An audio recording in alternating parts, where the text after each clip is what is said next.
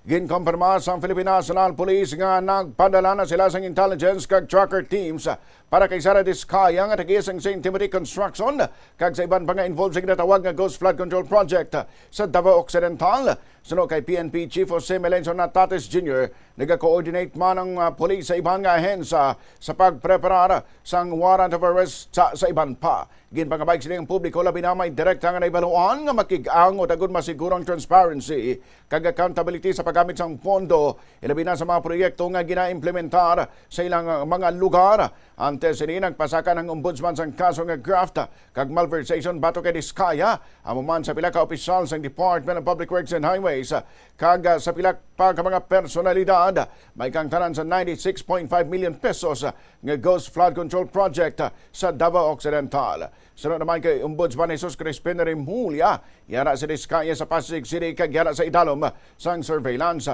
Samtang siya naman sa 16 ka personalidad nga nadalahig sa anomalya sa Oriental Mindoro ang naaresto na kag ginapaabot nga may madugang pa nga mga warrants of arrest sa masunod nga duha ka semana.